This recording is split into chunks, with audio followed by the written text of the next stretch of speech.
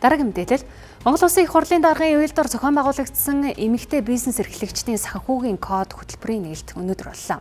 Уг хөтөлбөрийг хэрэгжүүлснээр Монгол Улсад эмэгтэй бизнес эрхлэгчдийн санхүүгийн эрхийг хангах эдийн засгийн оролцоог нэмэгдүүлэх боломж өргөж байна.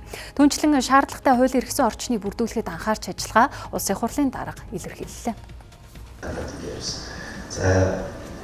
Олон улсын санхүүгийн корпорацийн судалгаагаар Монгол улс дахь эмэгтэй бизнес эрхлэгчдийн санхүүгийн хүртээмжийн зөрүү нийт 1.2 тэрбум ам долларт хүрч энэ нь гендерийн тэгш бус байдлыг улам нэмэгдүүлж байна гэсэн дүгнэлт гарсан байна.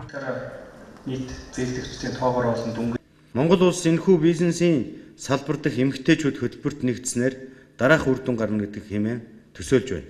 Үүнд нэгдүгээрт гендер цөөрөлдсөн өгөгдөл, мэдээллийн сан бий болох, санхүүгийн байгууллагууд хүүсээр ангилсан мэдээлэл цуглуулж эдгээр мэдээлэл суурилсан бодлого боловсруулах үндэс тавигдана. Хоёрдугаарт эмэгтэй бизнес эрхлэгчдийн өгөгдлийн систем зэрэг олон улсын аргачлалыг нутагшуулах. Үүгээр дамжуулан зохицуулагч байгууллагуудын баримт судалгаанд суурилсан бодлогын шийдвэр гаргах чадвар нь сайжирна.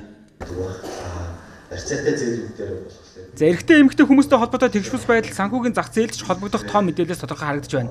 Тухайлбал эмэгтэй удирдлагуудтай жижигдэнд үйлдвэрлэл эрхлэгчид дунджаар 66.4 сая төгрөгийн зээл авч чадж байгаа нь эрэгтэй удирдлагуудтай аж ахуйн нэгжүүдээс 47.6% бага байгаагаас гадна олдсон зээлийн хүүн эрэгтэйчүүдийнхээс 0.8% өндөр байгааг 2024 оны 12 дугаар сарын жижигдэнд үйлдвэрлэл эрхлэгчдийн банкны зээлийн харьцуултанд дурдсан байдаг байна.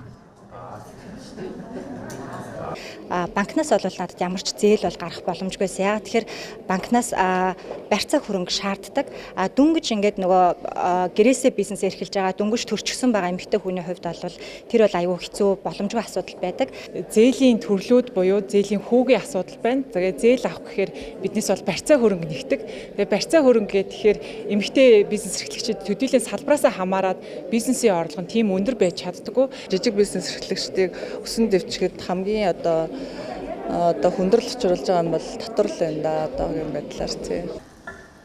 За энэхүү чуулга уулзалтын хүрээнд эмэгтэй бизнес эрхлэгчдийн санхүүгийн код санаачлагыг дэмжиж 70 гаруй хамтарсан ирмэлцлийн бичигт гарын үсэг зурсан байна. За дэлхийн 26 улсад хэрэгжүүлдэг эмэгтэй бизнес эрхлэгчдийн санхүүгийн код хөтөлбөрийг амжилттай хэрэгжүүлэхэд улсын хурал, засгийн газар, санхүүгийн зохицуулах хороо, үндэсний статистикийн хороо, арилжааны банкуд, мөн банкуд санхүүгийн байгууллагын санаачлага итвэх оролцоо чухал болохыг оролцогчид онцолж байлаа.